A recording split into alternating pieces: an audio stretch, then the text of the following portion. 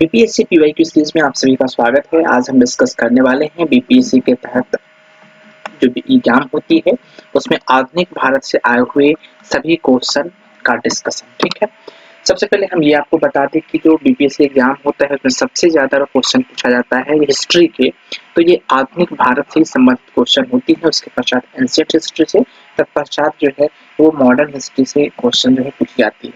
तो चलिए हम सबसे पहला क्वेश्चन देखते हैं। पहला क्वेश्चन है कि पुर्तगाल उपनिवेश, जो पुर्तगाल है उपनिवेश का प्रथम वायसराय कौन था। तो पुर्तगाली उपनिवेश का जो प्रथम उपनिवेश का जो प्रथम वायसराय था वो था आपको फ्रांसिस्को डी अल्मेडा। तो यहाँ पे फ्रांसिस्को तो नहीं लिखा है लेकिन अल्मेडा लिखा हुआ है, तो इसका आंसर जो है वो ऑप्शन सी होगा। और ये क्वेश्चन जो है 45 बीपीएससी में पूछा गया था। साथ ही साथ हम इसका एक्सप्लेनेशन भी देखें तो भारत में प्रथम पुर्तगाली वायसराय के रूप में फ्रांसिस्को डी अल्मेडा जो है 1505 से 1509 का आगमन होता है। मतलब ये इनका कालखंड है, इतने समय तक वो जो है भारत में रहते हैं एज ए वाइसराय। वह 1505 ईस्वी में भारत पहुंचे हैं। 1509 में अल्मीडा ने टर्की, गुजरात तथा मिस्र में की संयुक्त सेना को पराजित कर द्वीप पर जो है अधिकार कर लेते हैं। द्वीप पर कब्जा के बाद पुर्तगाली हिंद महासागर में सबसे अधिक शक्तिशाली हो जाते हैं। उसने द्वीप में किला बनवाया और पुर्तगाली के हित में कोचीन की राजगद्दी के उत्तराधिकारियों की समस्या का जो है वो समाधान करते हैं। सबसे पहले हम अगर पुर्तगाली की बात करें तो आपको पता है कि भारत में आने वाले सबसे पहला जो यूरोपियन कंपनी थी वो थी आपकी पुर्तगाली, माने यूरोपीय व्यक्ति थे वो पुर्तगाली ही थे, वास्को डी गामा। कब आए थे? 1498 ईस्वी में आते हैं केरल के कालिकट तट पे, जहाँ पे केरल के राजा जो हिंदू राजा होते हैं जमोरिन, वो उनको स्वागत करते हैं। उसके पीछे जो अगला क्वेश्चन है वो है कि बंगाल की खाड़ी में समुद्री डकैती हेतु हुगली पर हुगली का उपयोग कौन करता था। तो बंगाल की खाड़ी में समुद्री डकैती हेतु पुर्तगाली ही जो है हुगली का प्रयोग करते थे। तो पुर्तगाली द्वारा हुगली को बंगाल की खाड़ी में समुद्री लूटपाट के लिए अड्डे के रूप में इस्तेमाल किया था। अगला क्वेश्चन है कि निम्नलिखित अंग्रेज में किसे जहांगीर ने खान की उपाधि दिया था। तो हॉकिंस को जो है वो जहांगीर ने खान की उपाधि दिया था। हॉकिंस ईस्ट इंडिया कंपनी के एक कर्मचारी कह सकते हैं तथा व्यापारी भी थे। वह बादशाह जहांगीर के नाम इंग्लैंड के राजा जेम्स प्रथम का एक पत्र लेकर के 1608 ईस्वी में सूरत पहुंचता है। अप्रैल 1608 में आगरा में मुगल सम्राट जहांगीर से उन्होंने भेंट करते हैं और जहांगीर ने हॉकिंस को 400 का मनसब तथा फिरंगी खान अथवा इंग्लिश खान की उपाधि जो है वो देते हैं। उसके पश्चात है कि भारत में 1612 ईस्वी में अंग्रेज ने अपनी पहली फैक्ट्री कहाँ स्थापित किया है। तो अंग्रेज ने अपनी पहली फैक्ट्री सूरत में स्थापित किया था। कैप्टन विलियम हॉकिंस सूरत से मुगल दरबार 1608 पहुंचा, किंतु सूरत में फैक्ट्री की स्थापना की अनुमति पाने में वह सफल नहीं हो सका।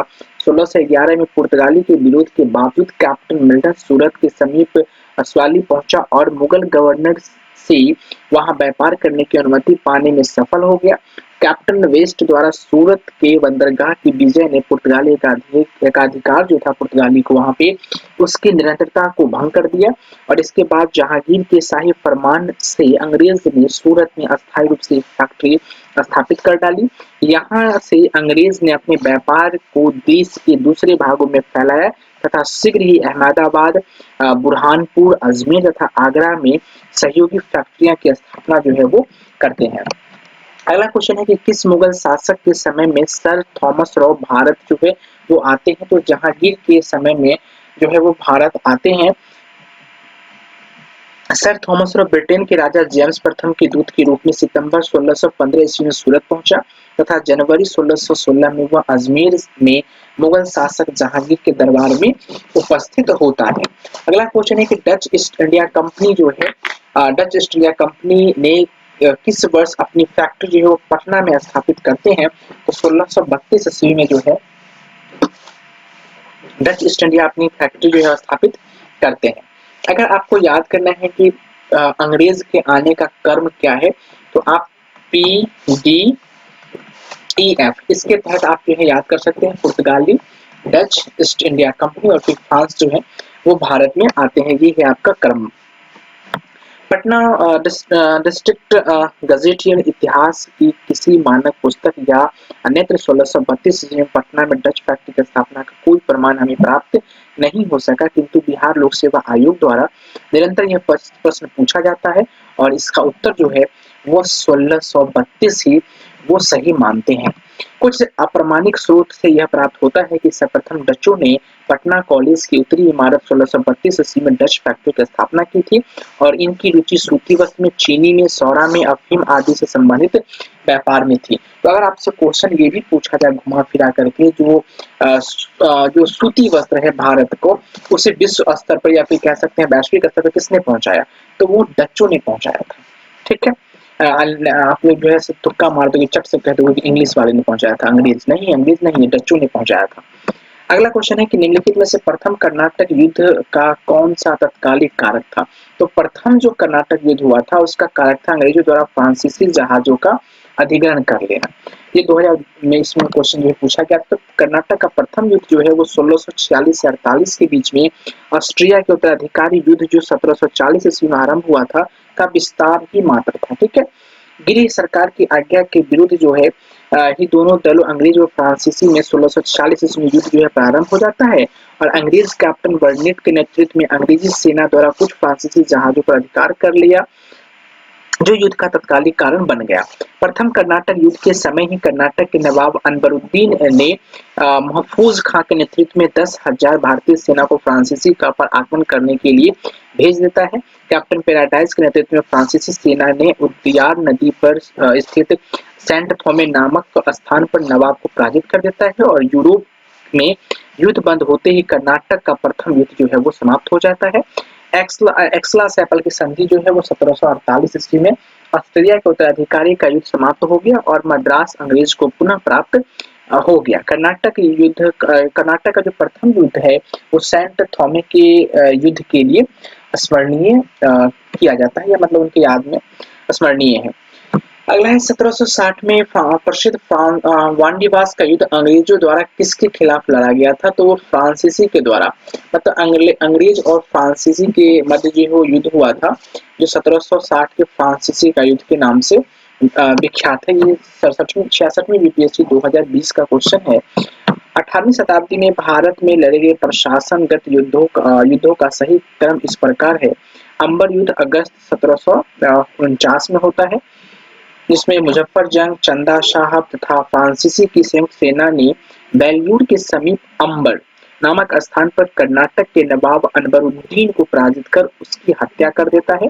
मुजफ्फर जंग जो है वो दक्कन का सूबेदार बन जाता है और इस उपलक्ष्य में उसने अपने हितकारी डुप्ले को कृष्णा नदी के दक्षिणी भाग में मुगल प्रदेशों का गवर्नर जो है वो नियुक्त कर देता है तथा उत्तरी सरकार के कुछ जिले भी फ्रांसीसी को दे देता है। इसके अतिरिक्त मुजफ्फर जंग की प्रार्थना पर एक फ्रेंच सेना की टुकड़ी बुस्सी के नेतृत्व में हैदराबाद में तैनात भी कर दिया जाता है।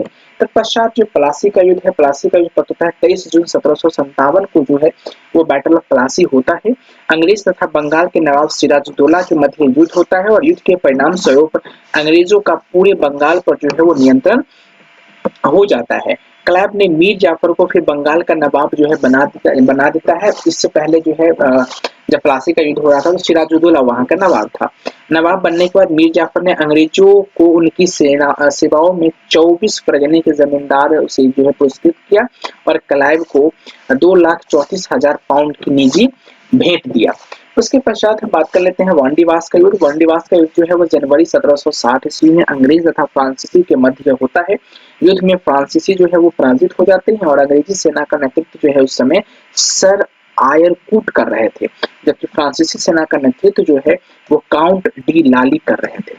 उसके पश्चात है बक्सर का युद्ध जो हुआ था अक्टूबर 1764 में। मीर कासिम अवध की नवाब और सिराजुद्दौला तथा मुगल सम्राट शाह आलम द्वितीय की संयुक्त सेना जो है अंग्रेजों के साथ लड़ा था। मतलब जो है बक्सर के युद्ध में एक तरफ 3 सेना थे, एक तरफ जो है एक सेना थे। इसमें बंगाल के, अवध के और फिर जो है मुगल शासक वो भी थे।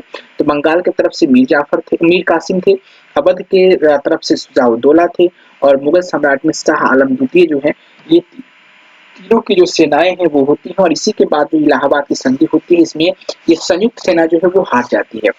तो युद्ध में अंग्रेज जो है विजय रहते हैं और इस युद्ध में अंग्रेजी सेना का नेतृत्व जो हेक्टर मुनरो कर रहे थे। बक्सर के युद्ध ने प्लासी का निर्णय पर जो है वो मुहर लगा देती है। अगला जो क्वेश्चन है वो है आपका निम्नलिखित में से किस अंग्रेज अधिकारी ने पुर्तगालियों को स्वाल्ली की स्थान पर जो है वो हराया है, तो थॉमस वेस्ट। ठीक है, तो थॉमस वेस्ट एक अंग्रेजी अधिकारी होते हैं जिन्होंने पुर्तगालियों को स्वाल्ली के स्थान पर जो है हराया था। ये 1711 की इंसिडेंट है और पुर्तगाली के विरोध के बावजूद कैप्टन मिल्टन सूरत के समीप जो है स्वाल्ली पहुंचकर मुगल गवर्नर के यहाँ व्यापार करने की अनुमति लेने में सफल हो गया। कैप्टन वेस्ट द्वारा सूरत के बंदरगाह की विजय ने पुर्तगाली एकाधिकार की निरंतरता को भंग कर दिया। सूरत में अस्थायी रूप से एक फैक्ट्री स्थापित की गई। यहाँ से अंग्रेजों ने अपने व्यापार को देश के दूसरे भागों में फैलाया और शीघ्र ही अहमदाबाद, बुरहानपुर, अजमेर, आगरा में सहयोगी फैक्ट्री की स्थापना जो है वो करते हैं। उस क्षेत्र की पहचान करें जहां से यूरोप वासियों को सर्वोत्तम सोडा और अफीम जो है ये दोनों प्राप्त होते थे। तो उस समय बिहार एक ऐसा जगह था जहां से आप सोडा और अफीम जो है वो ज्यादा प्राप्त कर रहे थे। ठीक है, अगला जो क्वेश्चन है वो है आपका, अंग्रेजी शासन काल में भारत का कौन सा क्षेत्र जो है अफीम उत्पादन हेतु प्रसिद्ध है? तो अभी हमने बात किया बिहार। इसमें क्वेश्चन है, इलाहाबाद की संधि के बाद रॉबर्ट क्लाइव ने मुर्शिदाबाद का उपदीवान जो है वो किसे नियुक्त करता है? तो इसमें वो जो है मोहम्मद रजा खान को जो है इलाहाबाद की रॉबर्ट क्लाइव ने मुर्शिदाबाद का जो है उप दीवान जो नियुक्त करता है। इलाहाबाद की संधि के बाद जब ये 1764 का जो बैटल ऑफ बक्सर होता है, उस युद्ध के उपरांत जो है वो इलाहाबाद की संधि होती है। और इलाहाबाद की संधि दो होती है, एक इलाहाबाद की संधि होती है मुगल शासक के मध्य और अंग्रेज के मध्य, और दूसरा जो होता है वो होता है बंगाल और अवध के मध्य। ठीक है, तो इसमें आपको राजा सिताब राय को जो है सॉरी मोहम्मद रजा खान को जो है ये अधिकार वहां पे दिया जाता है। इलाहाबाद की दूसरी संधि जो अगस्त 1765 के अनुसार भगोड़े सम्राट शाह आलम को अंग्रेजी संरक्षण में ले लिया गया तथा उसे इलाहाबाद में रखा गया। शाह आलम ने अपने 12 अगस्त को फरमान द्वारा कंपनी को बंगाल, बिहार, उड़ीसा की दीवानी अस्थायी रूप से दे दी, जिसके बदले कंपनी के सम्राट को 26 लाख रुपए देने तथा निजामत के बैग के लिए 53 लाख रुपए देंगे। इस समय कंपनी सीधे कर संग्रह करने का भार न तो लेना चाहती थी और न ही उसके पास ऐसी क्षमता थी। कंपनी ने दीवानी कार्य के लिए 2 उप दीवान मुर्शिदाबाद बंगाल के लिए मोहम्मद रजा खान को और बिहार के लिए राजा सिताब राय को नियुक्त करते हैं। इसके तहत आपके 2 क्वेश्चन का आंसर मिल गया होगा कि जो अवध है उसके लिए उसने बंगाल के लिए उसने किसको नियुक्त किया? तो मोहम्मद रजा खान को, और बिहार के लिए किसको नियुक्त किया? तो राजा सिताब राय को नियुक्त करते हैं। और मोहम्मद रजा खान उपनिजाम के रूप में भी कार्य करते हैं। इस प्रकार समस्त दीवानी तथा निजामत का कार्य जो है भारतीयों द्वारा ही चलता रहा, जबकि उत्तरदायित्व जो है वो कंपनी का था। ठीक है, अगला जो क्वेश्चन है वो है, सम्राट शाह आलम द्वितीय ने ईस्ट इंडिया कंपनी को बंगाल, बिहार तथा उड़ीसा के दीवानी जो है वो प्रदान की थी। कब की थी? तो 12 अगस्त 1765 जो है उस दिन को ये जो है अधिकार प्रदान किया गया था। ठीक है, इलाहाबाद में तो ये हो गया। इलाहाबाद की दूसरी संधि के तहत जो हुआ था वो यहाँ पर लिखा हुआ है।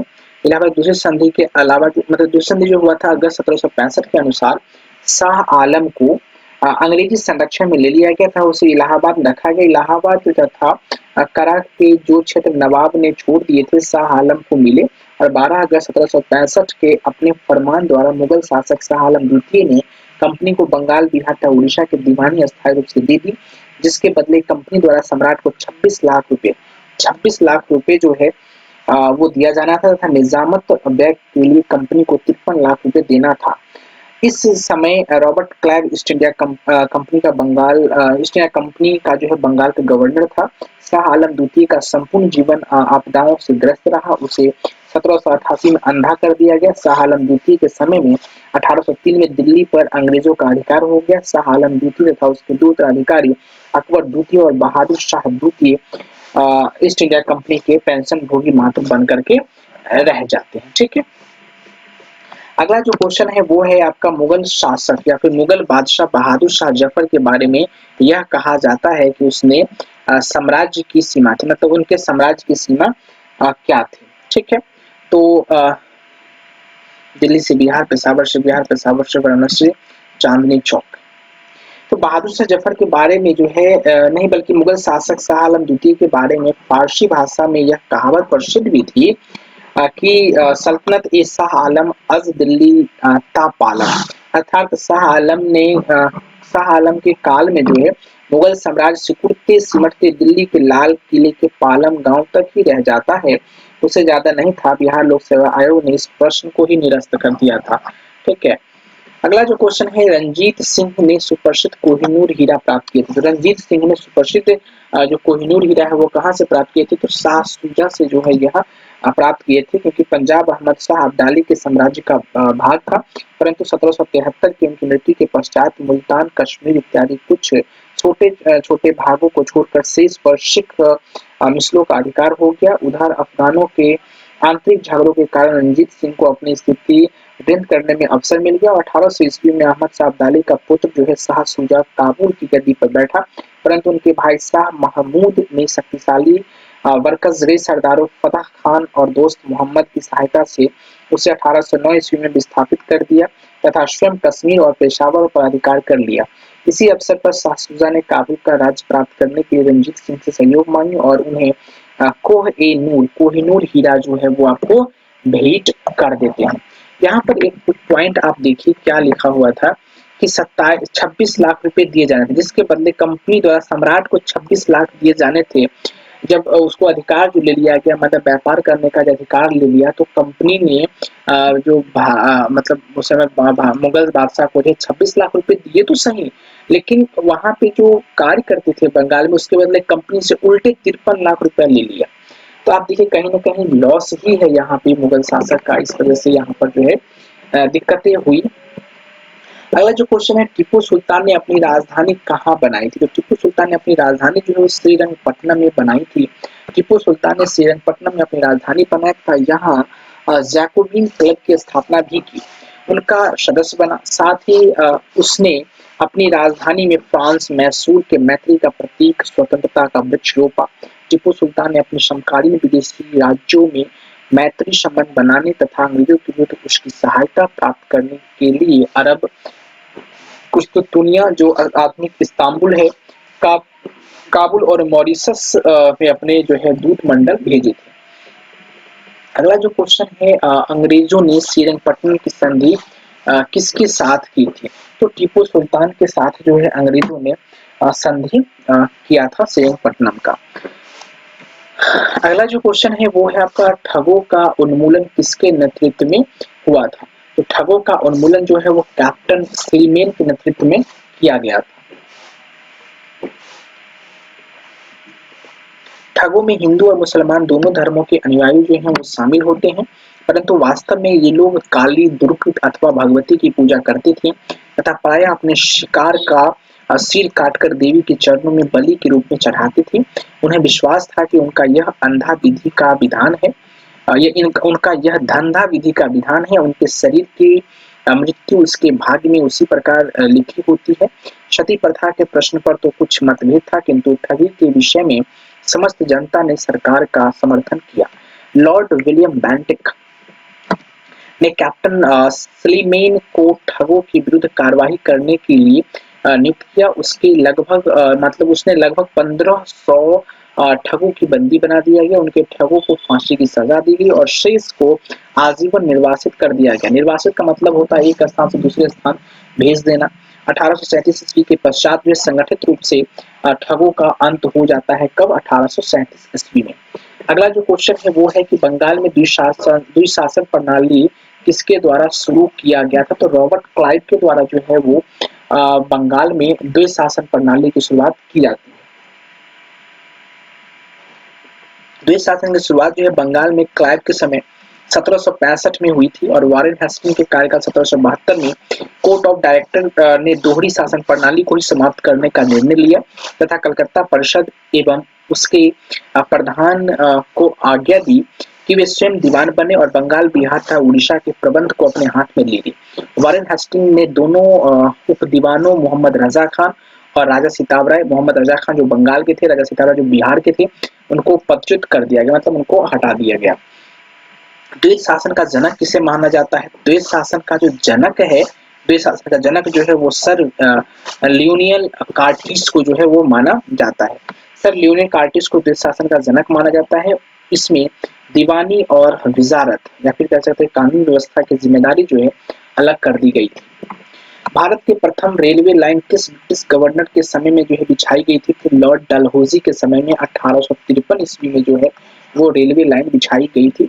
तो भारत में रेल निर्माण की दिशा में प्रथम प्रयास जो ब्रिटिश गवर्नर लॉर्ड डलहौजी के द्वारा किया गया। प्रथम रेलवे लाइन 1853 में बम्बई से थाने के बीच चली गई थी और बीच डलहौजी के समय बिछाई गई थी। दूसरी रेलवे लाइन जो है 1854 में कलकत्ता से रानीगंज के मध्य जो है वो बिछाई गई थी। अगला क्वेश्चन है मुंगेर का बरहियाताल विरोध का उद्देश्य जो है वो क्या था? तो बकासत भूमि की वापसी की मांग जो है वो थी आपका मुंगेर का बरहियाताल विरोध। ठीक है, मुंगेर की बरहियाताल विरोध का उद्देश्य जो है वकासत भूमि की वापसी की मांग थी। यह आंदोलन जो है वर्ष 1936 से 38 में कयानंद शर्मा के नेतृत्व में चलाया गया था। 1857 में भारत का गवर्नर जनरल जो है वो कौन थे? जब 1857 की सैनिक विद्रोह हुआ था तो वहां पे जो भारत का गवर्नर जनरल था वो थे आपके लॉर्ड कैनिंग। इसी के बाद जो है सो वायसराय की पद जो है वो सृजित की जाती है भारत में, क्योंकि 1857 के बाद 1858 में भारत शासन अधिनियम ब्रिटिश संसद जो है अपने हाथ में ले लेती है। 1857 के विद्रोह के समय भारत का गवर्नर लॉर्ड कैनिंग थे। लॉर्ड कैनिंग भारत की कंपनी द्वारा नियुक्त अंतिम गवर्नर जनरल था। प्रथम मतलब ब्रिटिश सम्राट के अधीन नियुक्त भारत का पहला जो है वो वायसराय भी होते हैं, जैसा कि हमने अभी कुछ देर पहले ही बताया था। अंग्रेजी भारतीय सेना में चर्बी वाले कारतूसों से चलने वाली एनफील्ड राइफल कब जो है वो शामिल की? मतलब अंग्रेजों द्वारा भारतीय सेना में चर्बी वाले जो कारतूस है चलने वाले जो एनफील्ड राइफल थी उसे भारत में कब शामिल किया गया था अंग्रेजी सैनिक में? तो दिसंबर 1856 में शामिल किया गया और 57 में ही जो है वो विद्रोह हो जाती है। 56 में सरकार ने पुराने लोहे वाली बंदूक ब्राउन बैस के स्थान पर जो है नवीन एनफील्ड राइफल के प्रयोग का निश्चय किया। इस राइफलों में दमदम, अंबाला और शालकोट से बने चर्बी युक्त कारतूसों का प्रयोग किया जाना था, जिसमें गाय और सूअर की चर्बी लगी होती थी। ठीक है, इस नई राइफल में कारतूस के ऊपरी भाग को मुंह से काटना पड़ता था। जनवरी 1857 में बंगाल शिवा में यह अफवाह फैल गई कि चर्बी वाले कारतूस में गाय और सूअर की चर्बी है। सैनिक अधिकारी ने इस अफवाह की जांच किए बिना तुरंत इसका खंडन कर दिया, किंतु सैनिकों का विश्वास हो गया कि चर्बी वाले कारतूस का प्रयोग उनके धर्म भ्रष्ट करने के लिए एक निश्चित प्रयत्न है और यही कारतूस 1857 के विद्रोह का तत्कालिक कारण भी जो है वो बन जाता है। अगला क्वेश्चन है 1857 के विद्रोह का नेतृत्व बिहार में किसने किया था? तो बिहार से जो है वो बाबू कुंवर सिंह जो है वो करते हैं। बाबू कुंवर सिंह से संबंधित जो है बीपीएससी में हर साल क्वेश्चन पूछा जाता है, यह ध्यान रखना। एक क्वेश्चन जो है इनसे हर साल देखने को मिलेगा, कोई भी ऐसा साल नहीं होगा जिसमें ये विद्रोह से क्वेश्चन नहीं आया होगा, मतलब बाबू कुंवर सिंह के नाम से। तो 1857 में जगदीशपुर में विद्रोह की अगुवाई करने वाले जो कुंवर सिंह है वो बिहार के आरा जिले से संबंधित थे। जब उन्होंने अंग्रेजों के विरुद्ध विद्रोह का झंडा बुलंद किया, प्रकृति ने उन्हें अदम्य शौर्य, वीरता और जननायक के आदर्श गुणों से मंडित किया था। इसी कारण उन्हें सही रूप से विद्रोह के कारण बिहार का सिंह माना जाता है। उन्होंने शाहाबाद जिले में अंग्रेजों की सत्ता का तख्तापलट दिया तथा अपनी सरकार स्थापित जो है वो कर दी, सरकार जो है स्थापित कर दी। वह कानपुर पर संयुक्त आक्रमण के लिए नाना साहब से मदद हेतु कालपी की ओर आगे बढ़े। वह विद्रोह की मशाल को रोहतास, मिर्जापुर, रीवा, बांदा और लखनऊ तक ले गए, जहां उनका अत्यंत सम्मान पूर्वक स्वागत किया गया। अपनी अंतिम सफलता के रूप में उन्होंने अपने गृहनगर जगदीशपुर के निकट अंग्रेजों को बुरी तरह पराजित किया। इसी युद्ध के दौरान कुंवर सिंह बुरी तरह घायल हो गए और 26 अप्रैल 1858 ईस्वी को उनकी मृत्यु हो जाती है। उनकी मृत्यु के बाद उनके भाई अमर सिंह जो है दिसंबर 1858 तक अंग्रेजों के विरुद्ध संघर्ष को जारी रखते हैं। ठीक है, अगला क्वेश्चन है कि बिहार में 1857 के विद्रोह का नेतृत्व किसने किया था? देखिए ये क्वेश्चन है, तो बाबू कुंवर सिंह जो है वही किए थे। जगदीशपुर के किस व्यक्ति ने 1857 में विप्लव में क्रांतिकारियों का नेतृत्व किया था, तो कुंवर सिंह ही। अगला है कुंवर सिंह राजा थे, कहाँ के थे, तो जगदीशपुर के, अभी हमने डिस्कस किया है। उसके पश्चात अगला क्वेश्चन है, ईस्वी 1857 के विद्रोह के एक नेता कुंवर सिंह किस स्थान से संबंधित है, तो जगदीशपुर से। 67वीं यूपीएससी का क्वेश्चन 2022 से है। मतलब ये क्वेश्चन जो है इनसे संबंधित हर साल पूछा जाता है। कुंवर सिंह अंग्रेजों के खिलाफ 1857 के विद्रोह में किस जगह जो है वो शामिल होते हैं, तो आरा में। तो 25 जुलाई 1857 को दानापुर में सैनिक के 3 रेजिमेंट ने विद्रोह कर दिया और 26 जुलाई को ये सैनिक आरा पहुंचे। यहाँ कुंवर सिंह ने इनका नेतृत्व स्वीकार किया। यह प्रश्न का उत्तर बिहार लोक सेवा आयोग ने पटना माना है, जबकि सही उत्तर आरा होना चाहिए। इस क्वेश्चन का आंसर 2018 की बात है, 64वीं के लिए। अगर यहाँ देखें तो बिहार के शाहाबाद जिले में जगदीशपुर में 1782 में जन्मे कुंवर सिंह ने जगदीशपुर के जमींदारी संभाली और जगदीशपुर से उन्हें ही 1857 के विद्रोह का नेतृत्व किया। 26 अप्रैल 1858 को इनकी मृत्यु हो गई। 1857 के विद्रोह के समय इनके जो अदम्य साहस, वीरता और कुशल सेनानायकों के कारण उन्हें बिहार का सिंह भी जो है वो कहा जाता है। अगला क्वेश्चन है कि इनमें से किसने 1857 के विद्रोह में सक्रिय भाग लिया था, तो अगर आप देखें नाना साहब कानपुर, बेगम हजरत महल, मौलवी अब्दुल्ला फैजाबाद, बेगम जीनत महल। तो इसका ऑप्शन ये होगा, क्योंकि ऊपर वाले ये दोनों जो है आपको देखने को मिलता है। बेगम हजरत महल भी उसमें थी, नाना साहब भी थे। तो ईस्ट इंडिया कंपनी के राजनीतिक, आर्थिक, सामाजिक अथवा धार्मिक कारणों से 1857 के विद्रोह प्रारंभ होता है। लखनऊ में इस विद्रोह का प्रारंभ जो है जून 1857 में, यहाँ पर इस विद्रोह का नेतृत्व बेगम हजरत महल कर रही थी। कानपुर में विद्रोह नाना साहब कर रहे थे। फिर उसके पश्चात जो है फैजाबाद में इस विद्रोह को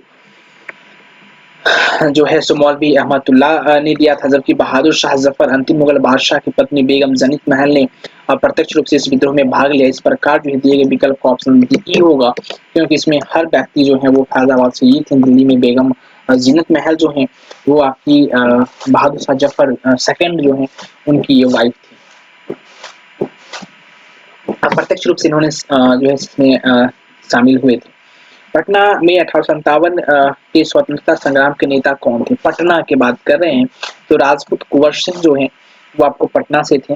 ये आपको 1999 का क्वेश्चन है कि पटना बिहार में जगदीशपुर के कुंवर सिंह ने विद्रोह का नेतृत्व किया। उनकी जमींदारी जो कंपनी के नेतृत्व के कारण छीन लिया गया, उन्होंने भी अपने शेष की अभिव्यक्ति विद्रोह में कर दी। 1857 के विद्रोह का बिहार में 15 जुलाई 1857 से 20 जनवरी 1858 तक का केंद्र था, तो जगदीशपुर। 1857 विद्रोह में बिहार में 15 जुलाई 1857 से 20 जनवरी 1858 तक का केंद्र था जगदीशपुर। ठीक है, बिहार में 1857 के विद्रोह का केंद्र जगदीशपुर था, जहां जमींदार कुंवर सिंह के नेतृत्व संभाला और शाहाबाद जिले में अंग्रेजों की सत्ता का तख्ता पलटकर अपनी सरकार स्थापित की।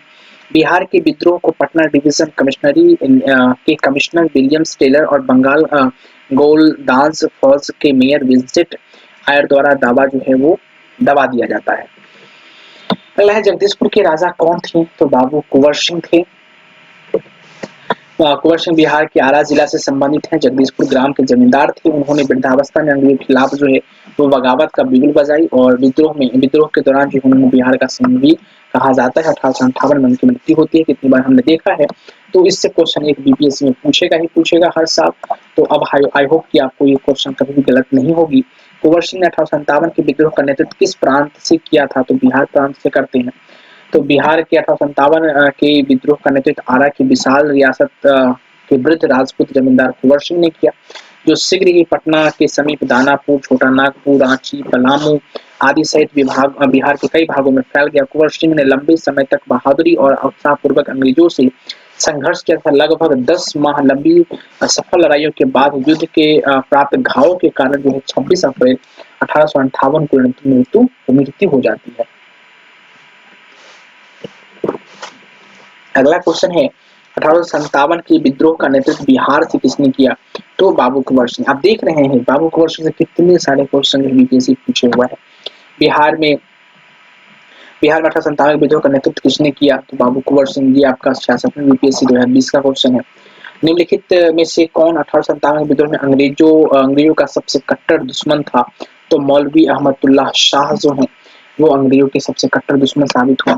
मौलवी अहमदुल्ला शाह ने फैजाबाद के विद्रोह को अपना नेतृत्व प्रदान किया और ये अंग्रेजों के सबसे कट्टर दुश्मन थे। वह मूलतः तमिलनाडु के आरकाट में रहने वाले थे, पर वह फैजाबाद में आकर बस गए। उन्होंने भारत के विभिन्न धर्मानुयायियों का आह्वान करते हुए कहा, सारे लोग काफी अंग्रेजों के विरुद्ध खड़े हो जाओ और उन्हें भारत से बाहर खदेड़ दो। इसके बारे में अंग्रेज ने कहा कि अदम्य साहस के गुण से परिपूर्ण और दृढ़ संकल्प वाले व्यक्ति था विद्रोहियों में सर्वोत्तम सैनिक है। इनकी गिरफ्तारी के लिए ब्रिटिश सरकार ने 50,000 रुपए का इनाम भी जो है वो रखे थे, उस समय के 50,000। 1857 के विद्रोह को किस उर्दू कवि ने देखा है? तो गालिब जो हैं वो इस विद्रोह को देखे हैं। 1857 के विद्रोह को मिर्जा गालिब ने स्वयं अपनी आंखों से देखा था। अगला जो क्वेश्चन है कि निम्नलिखित में से कौन सा ईस्ट इंडिया कंपनी के सिपाहियों को विद्रोह बनाने का कारण नहीं था? कि कौन सा ईस्ट इंडिया कंपनी के सिपाहियों को विद्रोही बनाने का कारण जो है वो नहीं था? ईसाइयों धर्म फैलाने के लिए कंपनी के अधिकारियों का प्रयास, तो ये नहीं था। फिर जो है सो आपका ये था जहाज पर यात्रा करने के लिए सिपाहियों का आदेश, भत्ते का आरोप था, अधिकारियों की अक्षमता जो है इसका आंसर हो जाएगा। अंग्रेज अधिकारी की अक्षमता ईस्ट इंडिया कंपनी के सिपाहियों को विद्रोही बनाने का कारण नहीं था। इन्हीं अधिकारियों की योग्यता के बल पर अंग्रेज हुकूमत ने लगभग 90 वर्षों तक पूरे भारत पर कब्जा कर लिया। 90 वर्षों में पूरे भारत पर कब्जा कर लिया। इसके अतिरिक्त राज्य सभी कारण सिपाहियों को विद्रोही बनाने में सहायक थे। ठीक है। निम्नलिखित वर्गों में किसने 1857 के विद्रोह में भाग नहीं लिया? तो कौन कौन सा वर्ग जो था वो भारत के जो 1857 विद्रोह हुआ था उसमें भाग नहीं लिया था? तो खेतीहर मजदूर ये तो लिए ही थे क्योंकि किसानों को बहुत ही अंग्रेज सताते थे। तो पहला वाले जो है वो सही होगा। पहला वाला अगर सही होगा तो इसमें ऑप्शन है कि कौन नहीं लिया था, तो पहला वाला जिसमें होगा वो सब गलत होगा, ये भी गलत होगा, ये भी गलत होगा। दूसरा इसमें भी कॉमन है, इसका मतलब दूसरा लिया ही होगा।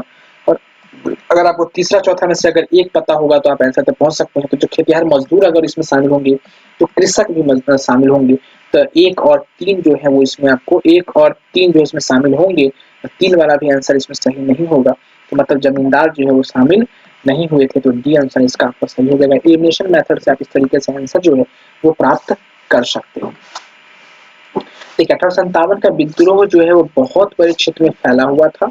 इससे जनता का व्यापक समर्थन प्राप्त था। फिर भी पूरे देश को या भारतीय समाज के सभी अंगों या फिर वर्गों ने अपनी लपेट में नहीं ले सका। कौन नहीं ले सका अपनी लपेट में? तो 1857 का जो विद्रोह था वो, यह दक्षिण भारत, पूर्वी और पश्चिमी भारत के अधिकांश भागों में नहीं फैल सका। भारतीय रजवाड़ों के अधिकांश शासक तथा बड़े जमींदार पक्के स्वार्थी तथा अंग्रेजों की शक्ति से भयभीत थे और वे विद्रोहियों में शामिल नहीं हुए। इसके विपरीत ग्वालियर के सिंधिया, इंदौर के होलकर, हैदराबाद के निजाम, जोधपुर के राजा, भोपाल के नवाब, पटियाला, नाभा और जिंद के सिख शासक तथा पंजाब के दूसरे सिख सरदार, कश्मीर के महाराजा तथा दूसरे अनेक सरदारों और बड़े जमींदारियों ने विद्रोह को कुचलने में अंग्रेजों की सक्रिय सहायता की। गवर्नर जनरल कैनिंग के बाद में टिप्पणी की कि इस शासक ने तूफान के आगे बांध की तरह काम किया, वरना यह तूफान एक ही लहर में हमें बहा ले जाता। यह किसका शब्द है? जनरल कैनिंग का शब्द, गवर्नर जनरल कैनिंग का। मतलब उस समय अंग्रेज भी डरे हुए थे, तो हमको अगर सब शामिल कर आ जाएगा तो हम हार जाएंगे। लेकिन भारत के जो भी राजे रजवाड़े थे वो भी डरे हुए थे, दोनों एक दूसरे से डरे हुए हैं। व्यापारियों और शिक्षित वर्ग ने कलकत्ता और बम्बई में सभाएं कर अंग्रेजों की सहायता के लिए प्रार्थना की। उच्च तथा मध्य वर्गों के अधिकारियों लोग विद्रोहियों के आलोचक थे। विद्रोह में शामिल अवध के बहुत से तालुकदार बड़े जमींदारों ने अंग्रेजों से यह आश्वासन पाकर कि उनकी जमींदारी वापस दे दी जाएगी, विद्रोह से किनारा कर लिया। ग्रामीण जनता के हमलों का निशाना सूदखोर थे, इसलिए वे स्वाभाविक तौर पर विद्रोह के शत्रु हो गए। आधुनिक शिक्षा प्राप्त भारतीयों ने भी विद्रोह का साथ नहीं दिया। शिक्षित भारतीय देश का पिछड़ापन समाप्त करना चाहते थे। उनके मन में यह गलत विश्वास भरा था कि अंग्रेज आधुनिकीकरण से ये काम पूरा करने में उनकी सहायता करेंगे, तो इसलिए वो भी जो इसमें शामिल नहीं होते हैं। अगला है कि 1857 के में दरभंगा, डुमराव और हटवा के महाराजाओं और उनके साथी जमींदारों ने आदमी तथा पैसे से अंग्रेजों की मदद की थी, मुझे कौन सा कथन सही है, तो जो ये सहायता की थी, दरभंगा के जो राजा थे वो सहायता किया था। 1857 के दरभंगा डुमराव हटवा के महाराजाओं और उनके साथी जमींदारों अंग्रेजों सहायता की मदद की, पैसे से नहीं। नहीं भाई, अंग्रेज दरभंगा के महाराजा के पास पैसे बहुत थे, तो पैसे से तो करते ही थे। तो इसका आंसर जो है ए ही ऑप्शन है। 1857 के स्वतंत्रता संग्राम में बिहार के कुछ प्रमुख जमींदारों ने अंग्रेजों की धन एवं जन दोनों से बड़ी सहायता की थी। अंग्रेजों को इस प्रकार की मदद पहुंचाने वाले जमींदार में दरभंगा वाले थे, डुमराव वाले थे और हटवा के जमींदार भी जो है वो शामिल थे, जिन्होंने अंग्रेजों की सहायता किया था। यही कारण है कि दरभंगा में आप देखेंगे उस समय एयरपोर्ट भी था, उस समय की बात है, एयरपोर्ट था। फिर जो है आप देखेंगे रेलवे प्लेटफॉर्म थी, तो यही सब कारण था।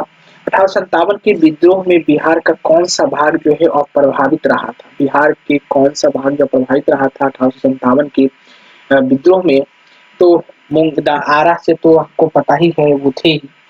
दानापुर भी इसमें शामिल था, मुजफ्फरपुर भी इसमें शामिल था। तो 1, 3, 4 इसमें शामिल थे। तो 1, 3, 4 जहाँ जहाँ है, 1, 3, 4 मुजफ्फरपुर इसमें शामिल नहीं थे, नहीं मुजफ्फरपुर भी शामिल इसमें थे। 1, 3, 4 जहाँ जहाँ उसको हटा दीजिए, तो 4 यहाँ पे है, यहाँ पे है और यहाँ भी है, तो मुजफ्फरपुर थे। तो इसमें कौन से सिर्फ एक और मुंगेर जो थे वो आपको इसमें शामिल नहीं थे, प्रभावित रहा था, इसमें कोई शामिल नहीं हुआ। 1857 विद्रोह के दौरान जो है बिहार में आरा, दानापुर, पटना, मुजफ्फरपुर, शाहाबाद विद्रोह के प्रमुख केंद्र थे। पटना में पीर अली पुस्तक विक्रेता ने विद्रोह का नेतृत्व किया था, एक पुस्तक विक्रेता थे, उन्होंने नेतृत्व किया था। ग्रामीण जनता के बीच अंग्रेजी हुकूमत के विरुद्ध जो विद्रोह काम कर रहे थे, वे उन्होंने विद्रोह सिपाहियों का समर्थन भी किए थे। 1857 का विद्रोह जो है वो लखनऊ में किसके नेतृत्व में आगे बढ़ा था? तो बेगम ऑफ अवध, उनके नेतृत्व में जो है आगे बढ़ा था। देखिए आप 1857 की क्रांति से कितना सारा क्वेश्चन जो है हम लोग डिस्कस किए हैं, तो आप अनुमान लगा लीजिए कि बीपीएससी में ये टॉपिक एक बहुत इम्पोर्टेंट है और इससे 1 से 2 ही क्वेश्चन आएंगे, लेकिन ये इम्पोर्टेंट है। लखनऊ जो कि अवध में विद्रोह का प्रारंभ जो है 30 मई 1857 को हुआ है और यहाँ विद्रोह का नेतृत्व जो है बेगम हजरत महल ने किया था। अपने अल्पवयस्क पुत्र विरजीश कादिर को नवाब घोषित किया। मार्च 1858 में कैंपबेल ने यहाँ के विद्रोह को समाप्त कर लखनऊ पर पुनः कब्जा कर लिया, जबकि बेगम हजरत महल ने आत्मसमर्पण करने से इनकार कर दिया और वो नेपाल चली गई। ठीक है, वो नेपाल और उसके बाद नेपाल जो है वो चली जाती है। अगला है कि 1857 का विद्रोह जो है मुख्यतः किस कारण से असफल रहा?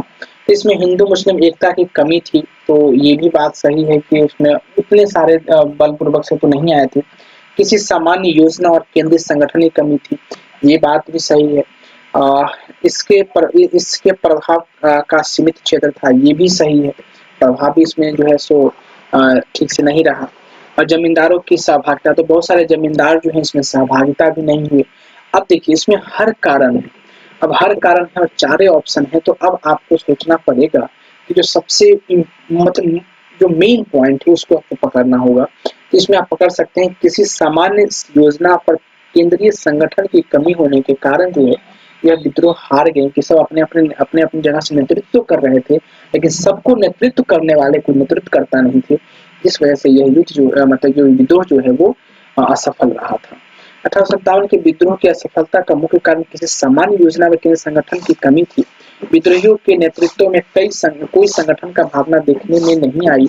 82 वर्षीय बहादुर शाह जफर कमजोर था, उसके द्वारा विभिन्न सरदारों का आह्वान करना काफी नहीं था। साथ ही विद्रोहियों ने वीरता तो दिखाई और सरकार का विनाश करने पर वो तुले हुए भी प्रतीत होते थे, किंतु ऐसा करने के लिए उनके पास किसी सुनिश्चित कार्यक्रम का पूर्ण जो है वो अभाव दिखाई पड़ती है, जिस वजह से यह सफलता हाथ लगती है। अगला है इसमें कथन है और कारण है। 1857 के प्रथम स्वतंत्रता संग्राम ब्रिटिश सरकार ने स्वतंत्रता प्राप्त करने में असफल रहा। 1857 के प्रथम स्वतंत्रता संग्राम ब्रिटिश सरकार से स्वतंत्रता प्राप्त करने में जो है वो असफल रहा, तो ये बात सही है, हम लोग सफल नहीं हो पाए। दूसरा है कि बहादुर शाह जफर के नेतृत्व जो जनसहयोग नहीं मिला था, अधिकांश महत्वपूर्ण रियासतें के शासक जो है उनका साथ देने से कतरा गए थे, क्योंकि बहादुर शाह जफर जो है वो खुद एक बुजुर्ग व्यक्ति थे, वो खुद तो युद्ध करने जाते नहीं क्योंकि उनके साथ उनके जो है सो सहयोग जो थे वो युद्ध करने के लिए जाते थे। तो यहाँ पर ये भी दोनों सही है और उसका सही स्पष्टीकरण जो है वो यहाँ पर देखने को मिलता है।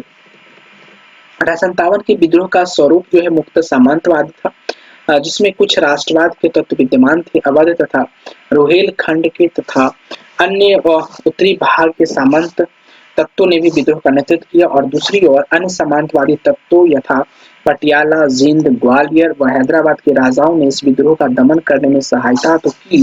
संकट के समय कैनिंग ने कहा था, यदि सिंधिया भी विद्रोह में शामिल हो जाए तो मुझे कल ही बिस्तर गोल करना होगा। मतलब क्या है कि हमें यहाँ से भागना पड़ेगा। अगला क्वेश्चन है कि महारानी विक्टोरिया ने भारतीय प्रशासन को ब्रिटिश ताज के नियंत्रण में लेने की घोषणा कब करते हैं? तो 57 वाला तो इसमें होगा ही नहीं। तो 1 नवंबर 1858 जो है उसमें उन्होंने घोषणा करते हैं। तो 57 वाला इस ऑप्शन को तो आप आसानी से एलिमिनेट कर सकते थे। 1857 की क्रांति के दमन के पश्चात 1 नवंबर 1858 को महारानी विक्टोरिया ने भारतीय प्रशासन को ब्रिटिश ताज के नियंत्रण में ले लेने की घोषणा कर देते हैं। क्वेश्चन आपसे यहाँ से यही पूछ सकता है कि 1857 की क्रांति के पश्चात जो भारत का शासन जो है वो ब्रिटिश के अंतर्गत चला गया था, तो उस समय वहाँ के राजा कौन थे या फिर रानी कौन थे? तो महारानी विक्टोरिया थी। कब लिया था उन्होंने? ये क्वेश्चन तो बना के पूछी गया 1 नवंबर 1858 को। इस घोषणा के बाद भारत में कंपनी के शासन जो है उसी तरह समाप्त हो जाते हैं और भारत को सीधे ब्रिटिश क्राउन के अधीन कर दिया जाता है।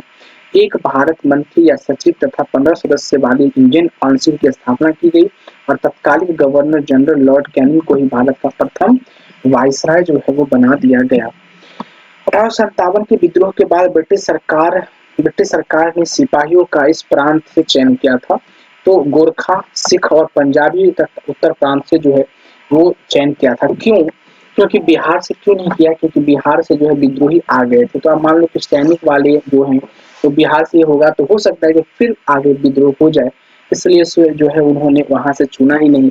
गोरखा नेपाली को लिया, सिख समुदाय को लेकर क्योंकि ये लोग नहीं शामिल हुए थे 1857 के विद्रोह में, तो वहां से लिया और साथ साथ पंजाब के उत्तर प्रांत से भी उन्होंने लेता है, बिहार, बंगाल, उड़ीसा से नहीं लेते हैं। 1857 के विद्रोह के बाद ब्रिटिश सरकार ने सिपाहियों का चयन गोरखा, सिख, पंजाब और उत्तर प्रांत से लिया। 1857 के विद्रोह में भड़काने में उत्तर प्रदेश, बिहार के सैनिकों का महत्वपूर्ण भूमिका निभाई थी, इसलिए ब्रिटिश सरकार ने उन्हें संदेह की दृष्टि से देखती थी और विद्रोह के समय बंगाल सेना के 60% सैनिक जो है अवध तथा उत्तरी पश्चिमी यूपी प्रांत के ही थे। विद्रोह के लिए भारतीय सेना उत्तरदायी थी। इसी कारण 1 नवंबर 1858 को महारानी विक्टोरिया ने घोषणा के अंतर्गत सेना का पुनर्गठन किया, जो विभाजन और प्रतिलोभन की नीति पर आधारित थी। ठीक है। अगला क्वेश्चन है कि निम्नलिखित में से किसने 1857 के विद्रोह को एक संयंत्र की संज्ञा देते हैं? तो sir James Outram and W Taylor ने इसको जो है संयंत्र की घोषणा करते हैं कि एक संयंत्र था। 1857 के विद्रोह को किसके द्वारा भारतीय स्वतंत्रता संग्राम के रूप में वर्णित किया है? प्रथम भारतीय स्वतंत्रता संग्राम जो है वो बी.डी. सावरकर जी के द्वारा कहा गया है। जो 1857 क्रांति जो थी वो पहला स्वतंत्रता संग्राम थी। ठीक है। तो बी.डी. सावरकर ने अपनी पुस्तक the Indian war of independence 1857 को ही सुनियोजित स्वतंत्रता संग्राम या फिर कह सकते हैं प्रथम भारतीय स्वतंत्रता संग्राम की संज्ञा दी थी। अगला क्वेश्चन है कि निम्नलिखित में से कौन सा आयोग 1857 के विद्रोह दमन के बाद भारतीय फौज ने नव संगठन से संबंधित है? तो आपको पील आयोग जो है वो इससे संबंधित है। 1857 के विद्रोह के दमन के बाद ब्रिटिश सरकार ने भारतीय फौज के नव गठन के लिए पील आयोग का गठन किया, जिससे सेना में रेजिमेंट की जाति, समुदाय और धर्म के आधार पर विभाजित किया।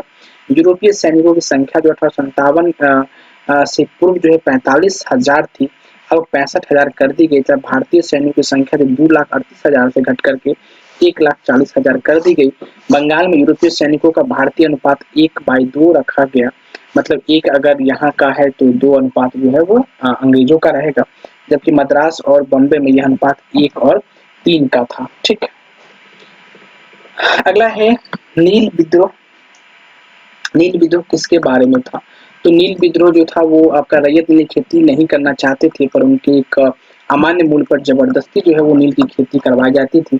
लेकिन जब आर्टिफिशियल नील जो पैदा होने लगी तो फिर ये कहीं न कहीं ढीला हो गया। लेकिन इसी के तहत जो चंपारण विद्रोह भी आपको देखने को मिलेगा नील पर ही था, और ये क्वेश्चन जो है 2018 में पूछा गया था 64वीं यूपीएससी के तहत। तो 1859-60 में बंगाल के नादिया जिले के गोविंदपुर में विष्णु विश्वास और दिगंबर विश्वास के नेतृत्व में नील बागान मालिकों के विरुद्ध हुआ था। यह आंदोलन नील विद्रोह के नाम से जाना जाता है। विद्रोह का मूल कारण ददनी प्रथा थी, जिसके बागान मालिकों किसानों को नील खेती के लिए कुछ पैसा अग्रिम भुगतान कर देता था। इस भुगतान के बदले किसान नील उगाने तथा उपज उसी बागान मालिकों को पूर्व निर्धारित दर पर नील बेचने के लिए बाध्य हो जाता था। इस प्रकार की बेगारी कृषि के विरुद्ध किसानों का विद्रोह मतलब विद्रोह जो है वो नील विद्रोह था। इस पर दीनबंधु मित्र ने नील दर्पण नामक एक जो है नाटक की भी रचना करते हैं। नील कृषक की दुर्दशा पर लिखी गई पुस्तक नील दर्पण के लेखक कौन है? अभी हमने देखा दीनबंधु मित्र।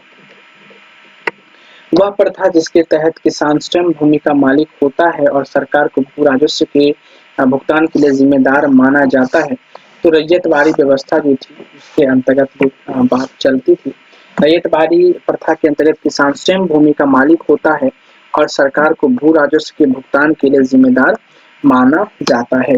पागल पंथ की स्थापना किसने की थी? पागल पंथ की स्थापना करमशाह जो है वो करते हैं। पागल पंथ एक अर्ध धार्मिक संप्रदाय था जिसे उत्तरी बंगाल के करमशाह ने चलाया था। करमशाह का पुत्र तथा उत्तराधिकारी टीपू धार्मिक तथा राजनीतिक उद्देश्य से प्रेरित था। उसने जमींदारों के विरुद्ध मुजारों पर किए गए अत्याचारों के विरुद्ध आंदोलन किया। 1825 ईस्वी में टीपू ने शेरपुर पर अधिकार कर लिया तथा राजा बन बैठा। वह इतना शक्तिशाली हो गया कि स्वतंत्र सत्ता का प्रयोग करने लगा और प्रशासन को चलाने के लिए उसने एक न्यायाधीश, एक मजिस्ट्रेट और एक कलेक्टर नियुक्त कर देता है। अगला क्वेश्चन है फराजी कौन थे?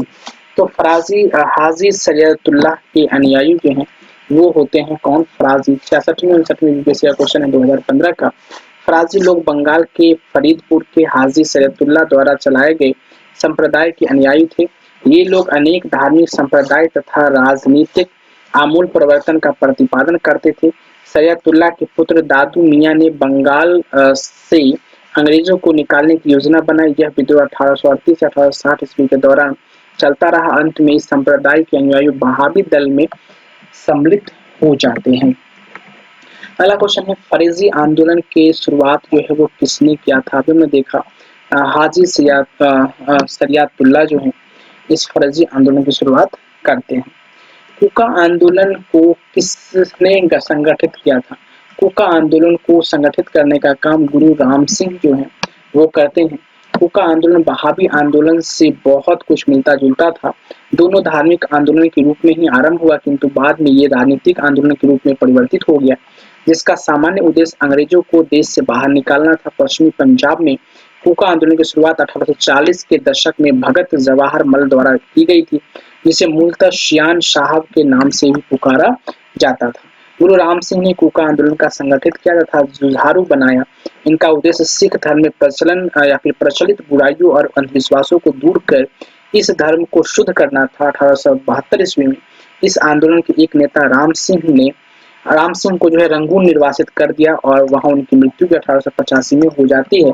ये वही रंगून जहाँ पे बहादुर शाह जफर को भी जो है निर्वासित किया गया था। अगला क्वेश्चन है 1875 में दक्कन के दंगों का तत्कालिक कारण क्या था? तो महाजनों द्वारा ऊंची ब्याज दर। महाजन किसको बोलते हैं? जैसे मान लीजिए ये एक व्यक्ति है, ये व्यक्ति इस बंदा से कुछ पैसा लेने के लिए जाता है और ये व्यक्ति इस बंदे को पैसा देता है, तो ये महाजन हो जाएगा इसके लिए। ठीक है, तो ये जो कुछ पैसा देगा तो कुछ ब्याज तो लेगा ना इससे। तो ये ब्याज मान लो 2 रुपया लेता है तो जबरदस्ती 5 रुपया ले रहा है, तो कहीं ना कहीं ज्यादा हुआ ना। 1875 के दक्कन विद्रोह के अनेक कारण थे, जैसे महाजनों द्वारा ऊंची ब्याज दर को कृषकों का अस्थायी रूप से कर्जदार होना, भू राज्य स्वामी की ऊंची ब्याज दर, कृषकों की अशिक्षा और गरीबी के कारण उनके खेत घर आदि की गिरवी रखकर ऋण पत्र पर उनके हस्ताक्षर करवाना और न्याय व्यवस्था की जटिल एवं खर्चीली प्रणाली के कारण किसानों का अपने हितों की रक्षा करने में विफलता। इसी परिस्थिति में 1875-76 में अकाल ने कृषकों को ऋण शोधन क्षमता को पूरी तरह खत्म कर दिया। दूसरी तरफ भूमि के मूल्य में गिरावट के कारण साहूकार ऋणों की वसूली में स्थिरता करने लगे। इस तरह महाजनों के द्वारा ऊंची ब्याज पर वसूली दक्कन विद्रोह का तत्कालिक कारण जो है वो बन जाती है। अगला क्वेश्चन है महाराष्ट्र में रामोसी कृषक जत्था किसने स्थापित किया था? कहाँ पे बात कर रही है? महाराष्ट्र में।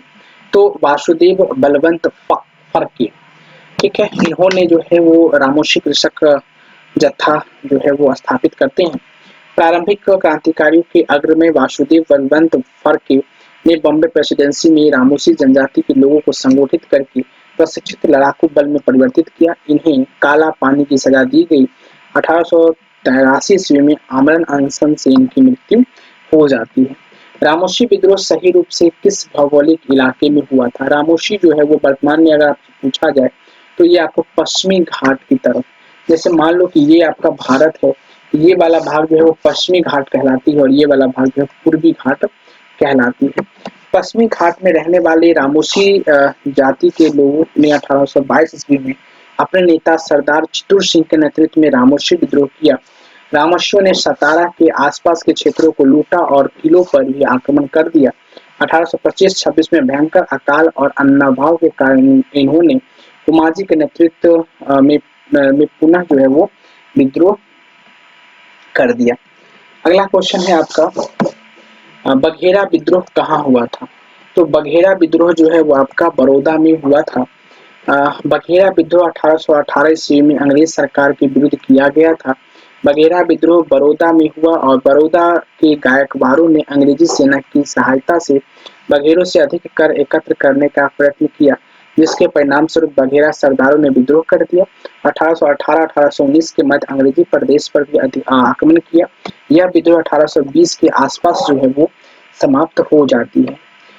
अगला क्वेश्चन है मानव बलि प्रथा का निषेध करने के कारण जो है अंग्रेजों के विरुद्ध विद्रोह करने वाली जनजाति का नाम क्या था? मानव बलि प्रथा का निषेध करने के कारण अंग्रेजों के विरुद्ध विद्रोह करने वाली जनजाति कौन थी? मतलब वो जो जनजाति थे वो मानव मतलब बलि प्रथा को मानते थे और अंग्रेज ने इसको अवैध घोषित कर दिया था, जिस वजह से ये खोंड जाति के जो है व्यक्ति थे। तो खोंड जनजाति के लोग तमिलनाडु से लेकर बंगाल और मध्य भारत तक फैले विस्तृत पहाड़ी क्षेत्र में रहते थे और पहाड़ी क्षेत्र में होने के कारण वे वस्तुतः स्वतंत्र थे। इन्होंने 1837 से 1856 ईस्वी तक अंग्रेजों के विरुद्ध विद्रोह किया। इस आंदोलन का नेतृत्व युवा राजा के नाम पर चक्र बिशोई ने किया था। विद्रोह का मुख्य कारण जो था वो आपका ब्रिटिश सरकार द्वारा मानव बलि मरीहा को प्रतिबंधित करने के प्रयास, अंग्रेजों द्वारा नए करों का आरोपण और अनेक क्षेत्रों में जमींदारों और साहूकारों से प्रवेश से संबंधित था, जिसके कारण आदिवासियों को अनेक कष्टों का सामना करना पड़ा। अंग्रेजों ने एक मरीहा एजेंसी गठित की जिसके विरुद्ध खोंड ने विद्रोह किया, परंतु 1855 ईस्वी में चक्र बिश्नोई लुप्त हो गया, जिसके बाद यह आंदोलन जो है वो समाप्त हो गया। अब मानव बलि था तो हो सकता है चक्र बिशोई को ही मतलब बलि दे दिया होगा। मानव बलि में तो मानव का ही तो बलि होता है ना, तो स्वयं इन्हीं का बलि हो गया होगा। लुप्त होने का कारण तो यही है। अगला क्वेश्चन है तो मानव बलि तो बंद होना ही चाहिए थी। अगला है आपका छोटा नागपुर जनजाति विद्रोह कब हुआ था? तो छोटा नागपुर जनजाति विद्रोह जो है वो आपको 3 बार देखने को मिलता है। मतलब ये जो छोटा नागपुर विद्रोह जो है वो जनजाति विद्रोह के नाम से कोई विद्रोह नहीं हुआ, फिर भी इस क्षेत्र में हुए विद्रोह की एक लंबी श्रृंखला है जिसे अलग अलग नामों से जाना जाता है। दिए गए विकल्पों में तिथि कोई विद्रोह सही समय नहीं है। इस क्षेत्र में हुआ जो विद्रोह था वो कुल विद्रोह, संथाल विद्रोह, मुंडा विद्रोह, और जो कि इसमें कहीं भी आपको इसका कालक्रम नहीं दिखाई देता है, जिस वजह से इसका ऑप्शन जो है वो कोई था ही नहीं। अगला है 1855 ईस्वी में संथाल ने किस अंग्रेजी कमांडर को हराया था? तो 1855 में जो है संथाल विद्रोह होती है, तो मेजर बारो को जो है जो अंग्रेज कमांडर होते हैं उनको वो हराते हैं। तो 1855 ईस्वी में संथालों ने भागलपुर क्षेत्र के भोगनाडीह तालुकों में विद्रोह कर दिया। उन्होंने एक साथ पुलिस और दिकों पर आक्रमण किए थे, किंतु जिसका नेतृत्व जो है सिंधु कान्हो चांद और भैरव ने किया था। संथाल विद्रोह को दबाने के लिए मेजर बारो के नेतृत्व में एक सेना भेजी गई, जिससे संथालों ने हरा दिया था। अगला क्वेश्चन है ईस्वी 1855 में संथाल विद्रोह का नेतृत्व किसने किया था? सिंधु और कान्हू ने किया था। मुंडाओं के विद्रोह खड़ा किया था, मुंडाओं ने विद्रोह खड़ा किया था। कब किया था? तो 1895 ईस्वी में जो है मुंडा विद्रोह को खड़ा कर देते हैं। मुंडा आदिवासियों का विद्रोह 1899 से 1900 के बीच हुआ था। इसका नेतृत्व बिरसा मुंडा कर रहे थे। मुंडा जाति में सामूहिक खेती का प्रचलन था, लेकिन जमींदारों, ठेकेदारों, बनिया और सूदखोरों ने सामूहिक खेती की परंपरा पर हमला बोला। मुंडा सरदार 30 वर्ष तक सामूहिक खेती के लिए लड़ते रहे, किंतु विकल्प में निकटतम उत्तर 1895 दिया, इसलिए विकल्प डी जो है उसका सही उत्तर है। चलिए, तो 1895 जो है इस देखिए ऑप्शन में, क्योंकि आप देखे हैं कि जो ये विद्रोह हुआ था मुंडाओं वाला, वो 1899 और 9900 के बीच में, तो सबसे निकटतम 1895 है, जिस वजह से ये ऑप्शन जो है वो सही था। उलगुलान विद्रोह किसे कहा जाता है? तो मुंडा विद्रोह को ही, या मतलब किसने किया था? तो मैंने मुंडा विद्रोह को ही जो उलगुलान कहा जाता है। तो जिस वजह से मुंडा विद्रोह उलगुलान महान हलचल के नाम से जाना जाता है। यह विद्रोह इस अवधि का सर्वाधिक प्रसिद्ध आदिवासी विद्रोह था। मुंडा की पारंपरिक भूमि व्यवस्था खूटकट्टी या मुंडारी का जमींदारी का व्यक्तिगत भूस्वामित्व वाली भूमि व्यवस्था में परिवर्तित के विरुद्ध मुंडा विद्रोहियों की शुरुआत हुई, लेकिन कालांतर में बिरसा ने इसे धार्मिक राजनीतिक आंदोलन का रूप प्रदान किया। मुंडा आदिवासी का विद्रोह 1899 से 1900 ईस्वी के मध्य में हुआ था। 1895 ईस्वी में बिरसा ने अपने आप को भगवान का दूत घोषित किया और हजारों मुंडाओं का नेता बन गया। उसने कहा कि दिकुओं, गैर आदिवासियों से हमारी लड़ाई होगी और उनके खून से जमीन इस तरह लाल होगी जैसे लाल झंडा। 1899 ईस्वी में क्रिसमस की पूर्व संध्या पर बिरसा ने मुंडा जाति का शासन स्थापित करने के लिए विद्रोह का ऐलान किया। लगभग 6000 मुंडा तीर, तलवार तथा कुल्हाड़ी लेकर बिरसा के साथ हो लिए, लेकिन बिरसा मार्च 1900 ईस्वी में शुरू में ही गिरफ्तार कर लिया गया और जून में वह जेल में मर गया। विद्रोह कुचल दिया गया और बिरसा जो है वो अमर हो गए। बिरसा मुंडा का कार्य क्षेत्र क्या है? तो वो रांची जो है वो बिरसा मुंडा जी का कार्य क्षेत्र है। बिरसा मुंडा का कार्य क्षेत्र रांची से लेकर के भागलपुर तक था। बिरसा मुंडा का मुख्य उद्देश्य जनजाति में समाज सुधार करना एवं उन्हें ब्रिटिश सत्ता से दूर रखना था। बिरसा ने अनेक देवताओं की पूजा को छोड़कर अपने अनुयायियों से एक ईश्वर की पूजा करने का आह्वान किया। मुंडा विद्रोह को दबाने के लिए ब्रिटिश सरकार ने सैनिक शक्ति का जो है प्रयोग करते हैं। 1899 से 1900 के बीच मुंडा क्रांति के नेता कौन थे? तो इसके नेता तो बिरसा मुंडा जी ही थे। तो ऑप्शन होगा सी, बिरसा मुंडा। बिरसा मुंडा किसके पक्ष में थे? मतलब किसके पक्ष में थे? तो झारखंड में ही तो रांची है। बिरसा मुंडा झारखंड के पक्ष में थे, यद्यपि बिरसा मुंडा का आंदोलन असफल हो गया एवं झारखंड राज्य की स्थापना अधूरी रह गई। कालांतर में जब बिहार का विभाजन झारखंड राज्य की स्थापना की गई, तब बिरसा मुंडा को श्रद्धांजलि देने हेतु झारखंड राज्य का स्थापना बिरसा मुंडा के जन्म दिवस अर्थात 15 नवंबर को जो है दिन की गई है। तो अब समझ में आ गया होगा कि 15 नवंबर 2000 ईस्वी को जो है वो बिहार से अलग होकर के झारखंड राज्य का निर्माण होता है। तो 15 नवंबर ही क्यों चुना गया? क्योंकि बिरसा मुंडा जी का जन्म दिवस है। अगला क्वेश्चन है 1831 ईस्वी में बुद्धो भगत के नेतृत्व में कोल विद्रोह किस क्षेत्र में हुआ था? तो सिंहभूम में जो है वो आपका कोल विद्रोह हुआ था। 1831 ईस्वी में बुद्धो भगत के नेतृत्व में कोल विद्रोह छोटा नागपुर क्षेत्र के सिंहभूम, पलामू, हजारीबाग, मानभूम क्षेत्र में हुआ था। इस विद्रोह का स्वरूप आर्थिक व राजनीतिक था। इस विद्रोह के पनपने का प्रमुख कारण इस क्षेत्र में जमींदारों का भूमि कर और अत्यधिक बढ़ावा जाना था। 1831 ईस्वी में बुद्धो भगत की मृत्यु के उपरांत इस विद्रोह का संचालन गंगा नारायण के द्वारा किया गया। यह विद्रोह रुक कर 1848 ईस्वी तक चलता रहा। अत्यंत ईस्ट इंडिया कंपनी द्वारा इस विद्रोह का दमन कर दिया गया। अगला है हूज विद्रोह हुआ था। हूज विद्रोह कब हुआ था? तो 1820 से 21 के दौरान जो है हूज विद्रोह हुआ था, जिसका केंद्र संथाल परगना था।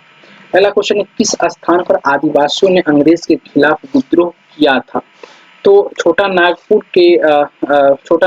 के हो एवं मुंडा जनजातियों ने 1820-22 ईस्वी तथा 1831 ईस्वी में ब्रिटिश सेनाओं की चुनौती दी थी और इस क्षेत्र में इस काल से 1837 ईस्वी में अशांति व्याप्त रही।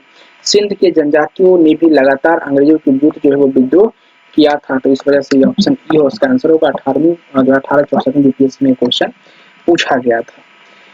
अगला क्वेश्चन है कि इनमें से किसने अंग्रेजी ईस्ट इंडिया कंपनी के कंट्रोल के खिलाफ बगावत नहीं की थी? किसने ईस्ट इंडिया कंपनी के कंट्रोल के खिलाफ जो है बगावत नहीं की थी? तो हैदराबाद का निजाम जो है वो बगावत नहीं करते हैं। विजयनगर वो कर तमिलनाडु ये सब करती है। तो 2018 क्वेश्चन है 64 में बीपीएससी का।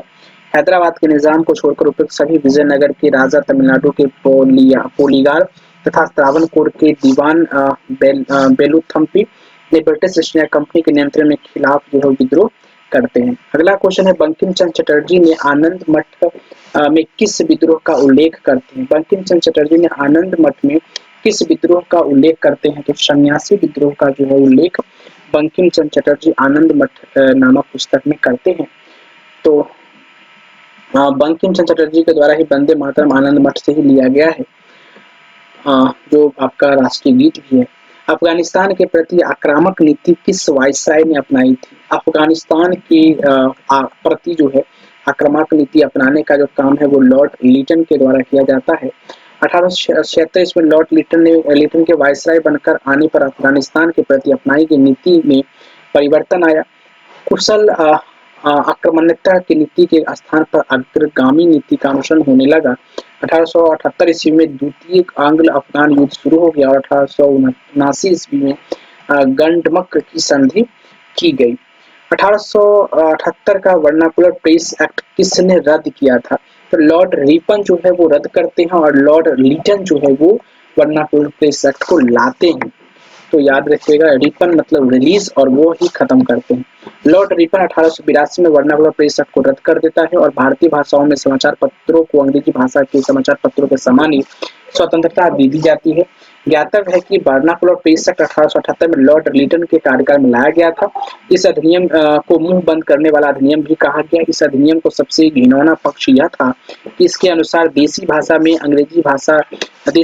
तथा अंग्रेजी भाषा के समाचार पत्रों के भेदभाव किया गया और इसके अपराधी को अपील करने के अधिकार नहीं था।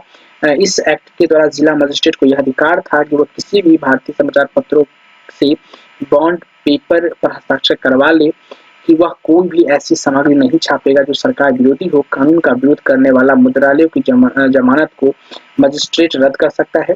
इस अधिनियम के अधीन सोम प्रकाश, भारत में ही ढाका प्रकाशन, सहचर तथा अनेक अन्य समाचार पत्रों के विरुद्ध जो है मामले दर्ज किए गए थे।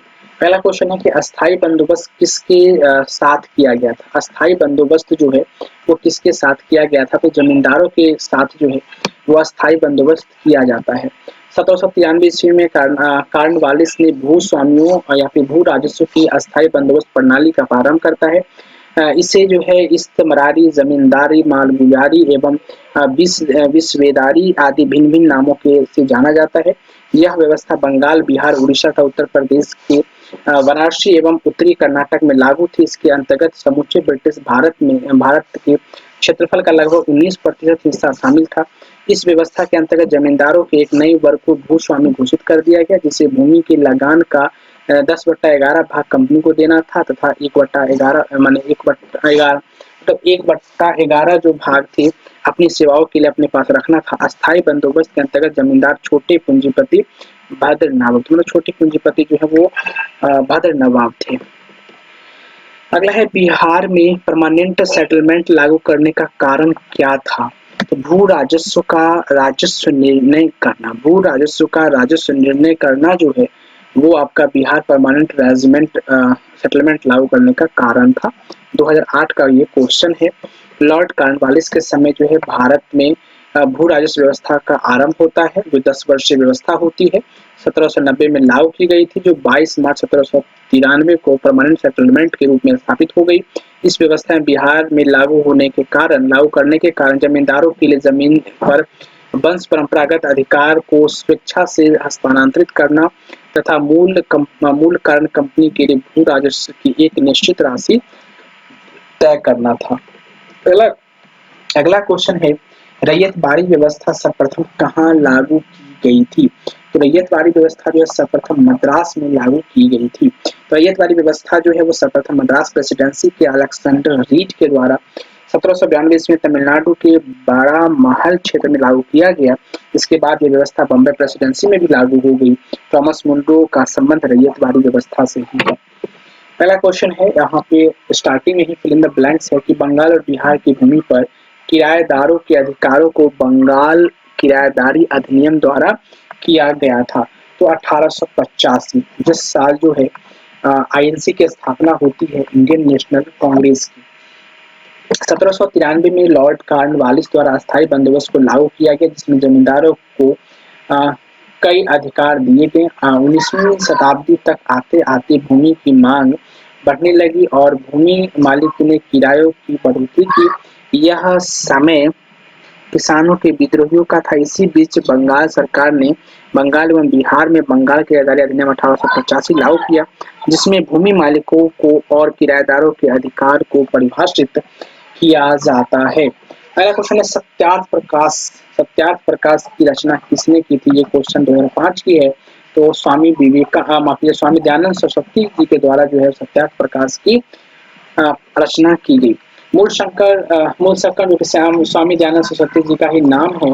जन्म 1824 ईस्वी में गुजरात की मोरबी रियासत के निवासी ब्राह्मण कुल में होता है। उन्होंने 1860 ईस्वी में मथुरा के स्वामी विरजानंद जी से वेदों के शुद्ध अर्थ तथा वैदिक धर्म के प्रति अगाध श्रद्धा प्राप्त की। 1867 ईस्वी में उन्होंने पाखंड खंडनी पताका लहराई। 1875 ईस्वी में उन्होंने बम्बई और आर्य समाज की स्थापना की। अनेक विचार उनकी प्रसिद्ध पुस्तक सत्यार्थ प्रकाश में वर्णित है। अन्य रचनाएं पाखंड खंडन, वेद भाष्य भूमिका, ऋग्वेद भाष्य, अद्वैत मंत्र का खंडन, पंच महायज्ञ विधि तथा बल्लभाचार्य मत खंडन का प्रमुख है। अमृत बाजार पत्रिका की स्थापना, अगला जो क्वेश्चन है वो है आपका, अमृत बाजार पत्रिका की स्थापना किसने किया था? तो शिशिर कुमार घोष जो है वो अमृत बाजार पत्रिका की स्थापना करते हैं। मोतीलाल घोष तथा शिशिर कुमार घोष ने 1868 ईस्वी में कलकत्ता में किया था। प्रारंभ में ये बंगाली भाषा में प्रकाशित होती थी। 1878 ईस्वी में देसी भाषा प्रेस अधिनियम से बचने के लिए दिन रात तो अंग्रेजी भाषा का रूपांतरित हो गई और गिरीश चंद्र घोष ने बंगाली का प्रकाशन 1862 ईस्वी में शुरू किया और 1879 ईस्वी में एस.एन. बनर्जी ने ले लिया। हिंदू पैट्रियाट की स्थापना भी गिरीश चंद्र घोष ने की। बाद में हरीश चंद्र मुखर्जी इसके संपादक बन जाते हैं। तो ये क्वेश्चन आप देख लीजिए कि रातों रात जो है अमृत बाजार पत्रिका जो है वो अपनी जो भाषा थी उनकी उस भाषा से तब्दील होकर चली गई। कहाँ से? ये बंगाल में प्रकाशित हुई थी, बाद में क्या हो गया, रातों रात अंग्रेजी में यह तब्दील हो गई। कौन सी पत्रिका थी? अमृत बाजार पत्रिका थी। निम्न अखबारों में से कौन सा मुख्यतः उदारवादियों की नीतियों का प्रचारक था?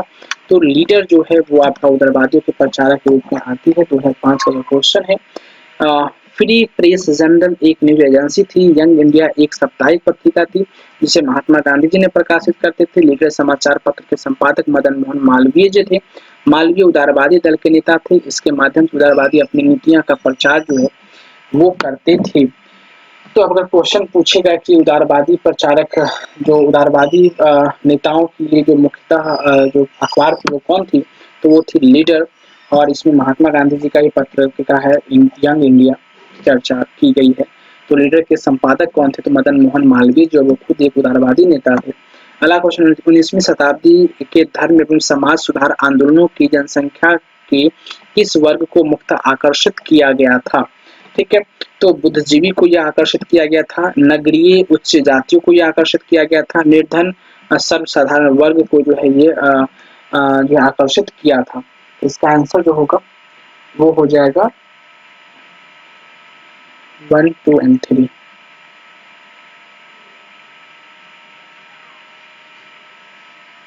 अगला जो इसका जो 19वीं शताब्दी के धार्मिक सामाजिक सुधार आंदोलनों को भारत के इतिहास के विशेष स्थान है। इनमें जहां एक और धार्मिक एवं सामाजिक सुधार का आह्वान किया गया, वहीं दूसरी ओर इसने भारत के अतीत और उजागर कर भारतीयों के मन में आत्मसम्मान और आत्म गौरव की भावना जगाने की कोशिश की। इसके बुद्धिजीवी नगरीय उच्च जातियों एवं निर्धन सर्वसाधारण वर्ग को अपनी ओर आकर्षित जो है वो किया था। अगला क्वेश्चन है कि भारतीय पुनर्जागरण आंदोलन के पिता कौन थे? भारतीय पुनर्जागरण आंदोलन के पिता कौन थे? तो राजा राम मोहन राय जो है वो भारतीय पुनर्जागरण आंदोलन के पिता कहे जाते हैं। इसकी अगर हम विस्तार पूर्वक देखें तो राजा राममोहन राय को भारतीय पुनर्जागरण का पिता, भारतीय राष्ट्रवाद का पैगंबर, अतीत और भविष्य के मध्य सेतु, भारतीय राष्ट्रवाद का जनक, आधुनिक भारत का पिता, प्रथम आधुनिक पुरुष तथा युग दूत कहा गया है। इतने सारे नामों से जो है इनको जाना जाता है राजा राममोहन राय को। अगला क्वेश्चन है, निम्नलिखित में से कौन आत्मीय सभा के संपादक थे? तो आत्मीय सभा के संपादक जो हैं वो राजा राममोहन राय ही होते हैं। हिंदू धर्म के एकेश्वरवादी मत का प्रचार करने के लिए 1815 ईस्वी में राजा राममोहन राय ने अपने युवा समर्थक को सहयोग से आत्मीय सभा की स्थापना करते हैं। उन्होंने मूर्ति पूजा की आलोचना की और सप्रमाण यह विचार व्यक्त किया कि हिंदुओं के सभी प्राचीन मौलिक धर्म ग्रंथों ने एक ब्रह्म का उपदेश दिया। इसके समर्थन में उन्होंने वेदों और 5 मुख्य उपनिषदों का बंगाल भाषा में अनुवाद किया। अगला क्वेश्चन है, ब्रह्म समाज की स्थापना किसने किया था? तो ब्रह्म समाज की स्थापना जो है वो 1828 ईस्वी में किया गया था और राजा राममोहन राय जी के द्वारा ही किया गया था। तो एक नाम से ब्रह्म समाज नाम से एक नए समाज की स्थापना की, जिसे आगे चलकर ब्रह्म समाज के नाम दे दिया गया। इस समाज ने मूर्ति पूजा का विरोध किया गया और साथ ही साथ और इस समाज ने मूर्ति पूजा का विरोध किया, एक ब्रह्म की पूजा का उपदेश दिया। यह ऐसे लोगों की जमात थी जो ईश्वर की एकता में विश्वास रखते थे और मूर्ति पूजा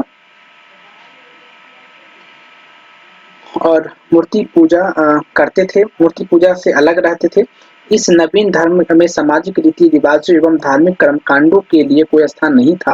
ब्रह्म समाज ने रंग, वर्ग अथवा मत पर विचार किए बिना मानव मात्र के प्रति प्रेम तथा जीवन की उच्चतम विधि के रूप में मानवता की सेवा पर बल दिया।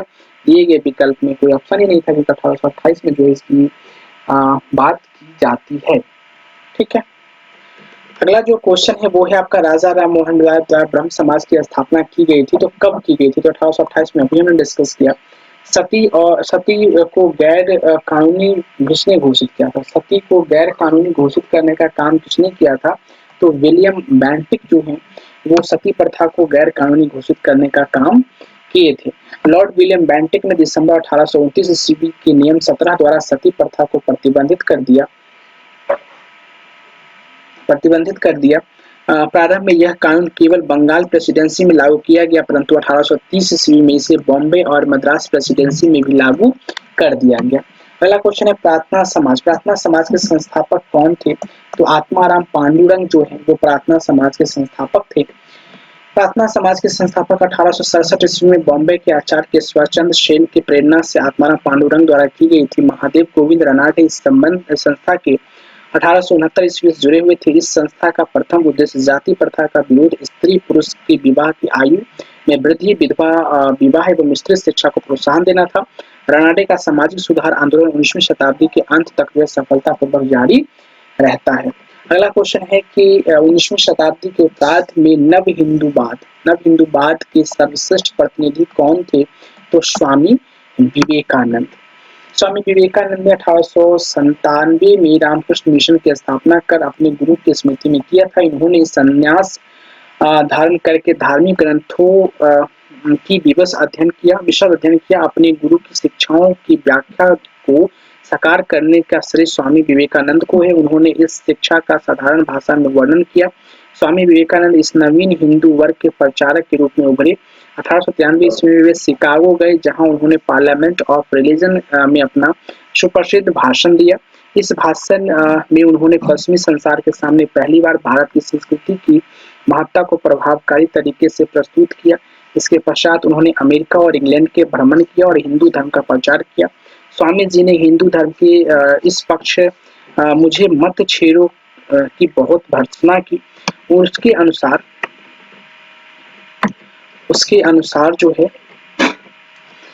अनुसार हिंदू धर्म अब केवल खान पान तक ही सीमित रह गया था। वह निर्धनों के धनियों द्वारा शोषण पर धर्म की चुप्पी से बहुत अप्रसन्न थे। उनके अनुसार भूखे व्यक्तियों से धर्म की बात करना ईश्वर तथा मानवता का अपमान है। विवेकानंद से कोई राजनीतिक संदेश नहीं दिया, परंतु फिर भी उन्होंने अपने लेखों द्वारा, भाषणों द्वारा नई पीढ़ियों में अपने भूतकाल के एक नवीन आत्मगौरव की भावना जगाई। वह एक पक्के देशभक्त थे। सुभाष चंद्र बोस ने उनके बारे में कहा था कि जहाँ तक बंगाल का संबंध है, हम विवेकानंद को आधुनिक राष्ट्रीय आंदोलन का आध्यात्मिक पिता कह सकते हैं। अगला क्वेश्चन है कि इनमें से किसने 1893 में शिकागो में आयोजित धर्म संवाद में भाग लिया था? तो ये वही व्यक्ति थे, स्वामी विवेकानंद, जिन्होंने वहां पे अमेरिका के सभा में जाकर के बोलते हैं, my brothers and sister. Swami Vivekananda ने रामकृष्ण मिशन की स्थापना जो है वो किस वर्ष किया था? तो 1897 ईस्वी में करते हैं। स्वामी विवेकानंद दक्षिणेश्वर के स्वामी कहे जाने वाले रामकृष्ण परमहंस के परम शिष्य थे। उनके बचपन का नाम नरेंद्र नाथ दत्त था। आगे चलकर के वे स्वामी विवेकानंद में तब्दील हो गए और मतलब स्वामी विवेकानंद के नाम से प्रसिद्ध हो गए। जैसे कि आपने पता होगा कि महात्मा बुद्ध के बचपन का नाम सिद्धार्थ था, लेकिन बाद में जो है वो महात्मा बुद्ध के नाम से विख्यात होते हैं। उसी प्रकार से यहाँ भी है। रामकृष्ण मिशन के सिद्धांत के आधार वेदांत दर्शन है। मिशन मनुष्य की सेवा को ईश्वर की सेवा मानता है, क्योंकि मनुष्य की आत्मा में परमात्मा का अंश होता है। दयानंद सरस्वती द्वारा स्थापित है क्या चीज? तो आर्य समाज। और ब्रह्म समाज की स्थापना किसने? राजा राम मोहन राय के द्वारा। दयानंद सरस्वती का मूल शंकर ने दयानंद सरस्वती बचपन का नाम मतलब मूल शंकर 1875 ईस्वी में बम्बई में आर्य समाज की स्थापना की, जिनका प्रमुख या फिर मुख्य उद्देश्य प्राचीन वैदिक धर्म को शुद्ध रूप से पुनः स्थापना करना है। आर्य समाज आंदोलनों को प्रचार प्रसार पश्चात प्रभावों की प्रतिक्रिया के रूप में हुआ और 1870 ईस्वी में आर्य समाज का मुख्यालय लाहौर में स्थापित किया गया, जिसके उपरांत आर्य समाज का अधिक प्रचार हुआ। शुद्ध वैदिक परंपरा में विश्वास के चलते स्वामी जी ने पुनः वेदों की ओर चलो का नारा दिया और स्वामी दयानंद का उद्देश्य जो था वो भारत को धार्मिक, सामाजिक तथा राष्ट्रीय रूप से एक कर दिया गया। और धार्मिक क्षेत्रों में वह मूर्ति पूजा, बहुदेववाद, अवतारवाद, पशु बलि, फिर आपका है श्रद्धा, तंत्र, मंत्र तथा अनूठे कर्मकांडों को स्वीकार नहीं करते थे। वह वेदों को ईश्वरीय ज्ञान मानते थे तथा उपनिषद काल तक के साहित्यों को स्वीकार करते थे। आर्य समाज के नियम तथा सिद्धांत सबसे पहले बॉम्बे में गठित किए गए थे, पुनः उसे 1870 ईस्वी में लाहौर में संपादित कर एक निश्चित रूप दिया गया। आर्य समाज का प्रचार प्रसार पंजाब के या फिर पंजाब में अत्यधिक सफल रहा तथा कुछ सीमा तक उत्तर प्रदेश, गुजरात, राजस्थान में भी इसे सफलता मिली। महात्मा हंसराज, पंडित गुरुदत्त, लाला लाजपत राय तथा स्वामी श्रद्धानंद इनके विशिष्ट कार्यकर्ताओं में से थे। 1892 से 93 ईस्वी में आर्य समाज के दो गुटों में बंट गया। एक गुट पश्चात शिक्षा का समर्थन था, जबकि दूसरा गुट पश्चात शिक्षा का विरोधी था। ठीक है। पश्चात शिक्षा के विरोधियों में स्वामी सदानंद, लेखराज और मुंशीराम प्रमुख थे। इन लोगों ने वर्ष 1902 में गुरुकुल की स्थापना की। तत्पश्चात शिक्षा के समर्थकों में लाला लाजपत राय तथा हंसराज प्रमुख थे। इन लोगों ने दयानंद एंग्लो कॉलेज की स्थापना भी करते हैं। किसने 1873 में सत्य शोधक समाज की स्थापना करते हैं? तो ज्योतिबा फूले जो हैं वो सत्य शोधक समाज की स्थापना करते हैं। 1873 ईस्वी में सत्य शोधक समाज की स्थापना ज्योतिबा फूले ने की थी और इसके जन्म जो है 1827 ईस्वी में माली के घर में हुआ था। उन्होंने शक्तिशाली गैर ब्राह्मण आंदोलनों का संचालन किया। इन्होंने अपनी पुस्तक गुलामगिरी जो कि 1872 में प्रकाशित हुआ में अपने संगठन सत्य शोधक समाज के द्वारा पाखंडी ब्राह्मण और उनके अवसरवादी धर्म ग्रंथों से निम्न जातियों की रक्षा की आवश्यकताओं पर जो है बल देते हैं।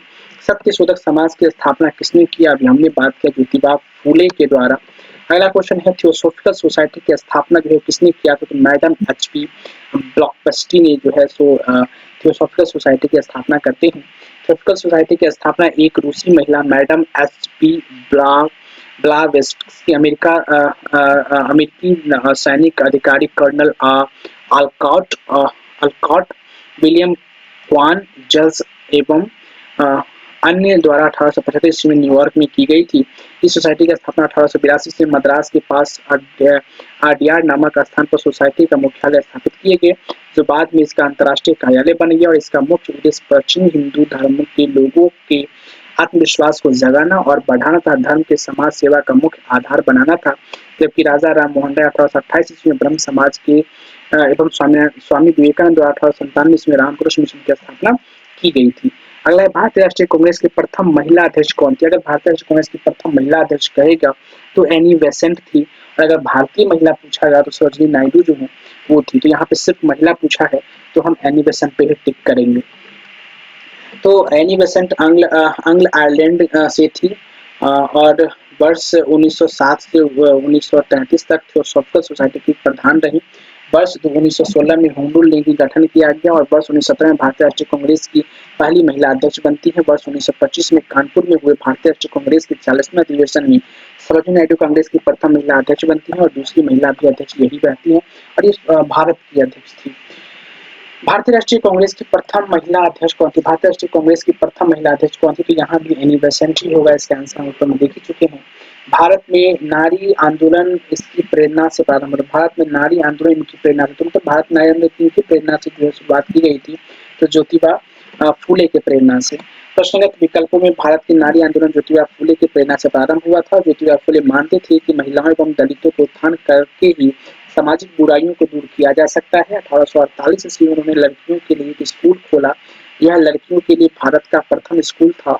आधुनिक भारत में महिलाओं आंदोलन की प्रेरणा स्रोत रामाबाई रनाडे रही। महादेव गोविंद रनाडे की पत्नी श्रीमती रामाबाई ने सेवा सदन नामक संगठन की स्थापना की। क्योंकि विकल्प ए में रामाबाई नाम होता तो यही उत्तर होता। यही कारण है कि बिहार लोक सेवा आयोग ने इस विकल्प को सही नहीं माना। तत्कालीन कारण जो है आपको ज्योतिबा फूले ही माना। ठीक है, अगला जो क्वेश्चन है वो है आपका प्रार्थना समाज, यंग इंडिया, लोकहितवादी, सत्य शोधक समाज, रहनुमाई मजमदार सभा के निम्न से विकल्पों में से कौन सही है? तो आप देखिए यहाँ पे यंग इंडिया किसने किया था? आपको पता है कि महात्मा गांधी ने। तो दूसरा ऑप्शन में देखिए कहीं ना कहीं महात्मा गांधी आप ढूंढ लिया, लेकिन इतना आपको नहीं याद है, इसमें 2-3 आपको पक्का याद होगा। तो यंग इंडिया महात्मा गांधी, दूसरा ऑप्शन में महात्मा गांधी, ये है महात्मा गांधी दूसरा ऑप्शन में। इसमें ज्योतिबा फूले है, ऑप्शन गलत। आत्माराम पांडुरंग है, ऑप्शन गलत। आत्माराम पांडुरंग ये गलत। अब देखिए तो यहाँ पे जो है बी ऑप्शन में अगर आप देखें तो कंफर्म नहीं हुआ है, क्योंकि इसमें ई ऑप्शन भी है। तो यंग इंडिया, अगर एक और याद हो, चौथा नंबर पे सत्य शोधक समाज के संस्थापक कौन थे? ज्योतिबा फूले। चौथे नंबर पे देखिए, चौथे नंबर पे ज्योतिबा फूले हैं। हाँ देखिए ज्योतिबा फूले ये हैं, तो ऑप्शन बी जो है इसका सही आंसर हो जाएगा। तो प्रार्थना समाज की स्थापना जो है 1867 ईस्वी में बॉम्बे के आचार्य केशव चंद्र सेन की प्रेरणा से आत्माराम पांडुरंग के द्वारा की गई थी। महात्मा गांधी द्वारा प्रारंभ किए गए समाचार पत्र थे इंडियन ओपिनियन, हरिजन, यंग इंडिया और नवजीवन। महाराष्ट्र के समाज सुधारक गोपाल हरि देशमुख लोकहितवादी के रूप में प्रख्यात थे। 1873 ईस्वी में सत्य समाज की स्थापना ज्योतिबा फूले ने की थी, और 1851 ईस्वी में नौरोजी फुरदौंजी ने अन्य पारसी सहयोगियों के साथ रहनुमाई मजदेवसन सभा की स्थापना की। इस प्रकार जो विकल्प बी इसका सही होगा, हमने बात कर ही लिया। नाई धोबी बंद सामाजिक बायकॉट का एक स्वरूप था जो 1919 में क्या था ये, तो किसानों द्वारा प्रतापगढ़ जिले में चलाया गया था। तो वर्ष 1919 में अंतिम दिनों में किसानों का संगठित विद्रोह खुल करके सामने आया। प्रतापगढ़ जिले में एक जागीर में नाई धोबी बंद सामाजिक बहिष्कार संगठित कार्रवाई की पहली घटना थी। झिंगुरी सिंह और दुर्गपाल ने इसमें महत्वपूर्ण भूमिका निभाई, लेकिन जल्दी ही आंदोलन के एक नया चेहरा उभरा जो बाबा रामचंद्र थे, जिन्होंने आंदोलन की बागडोर ही नहीं संभाली अपितु उसे और मजबूत और जुझारू बना दिया। बाबा रामचंद्र महाराष्ट्र के ब्राह्मण परिवार से थे। वर्ष 1920 के मध्य में वे एक किसान नेता के रूप में उभरे। उन्होंने अवध के किसानों को संगठित करना शुरू किया। उसने संगठन की अद्भुत जो है क्षमता थी, मतलब उनमें जो संगठन की अद्भुत क्षमता थी। अगला क्वेश्चन है कि पंजाब भूमि हस्तांतरण अधिनियम कब पारित किया गया था? तो 1900 ईस्वी में जो है पंजाब भूमि हस्तांतरण अधिनियम पारित किया गया था। पंजाब भूमि हस्तांतरण अधिनियम 1900 ईस्वी में पारित किया गया था, जिससे कृषकों को भूमि का गैर कृषक के पास हस्तांतरित होना समाप्त हो गया था। अगला क्वेश्चन है कि अवध में एका आंदोलन का उद्देश्य क्या था? अवध में एका आंदोलन का उद्देश्य क्या था? तो वो था आपका लगान का नगद में परिवर्तन। ठीक है, तो कुका आंदोलन 1921-22 के नेतृत्व में पिछड़ी जाति के मनारी पासी ने किया था। इस आंदोलन में जिसकी गतिविधियां का मुख्य केंद्र हरदोई, बाराबंकी, बहराइच तथा सीतापुर थे। किसानों की मुख्य शिकायतें लगान में बढ़ोतरी और उपज के रूप में लगान वसूल करने की प्रथा को लेकर थी। किसान से 50% से अधिक लगान वसूल किया जा रहा था। जमींदारों के गुर्गे ठेकेदार किसानों को प्रताड़ित करते थे।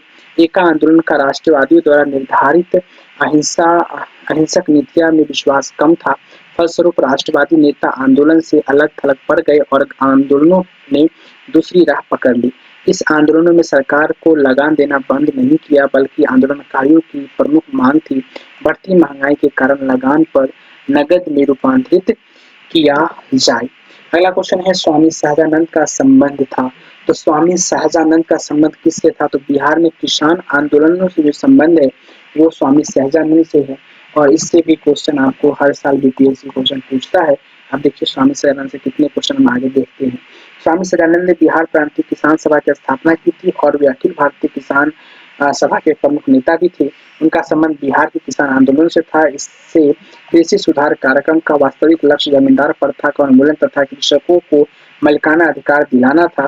किसानों के प्रति उनकी समर्पित सेवाओं के कारण उन्हें किसान प्राण भी कहा जाता था।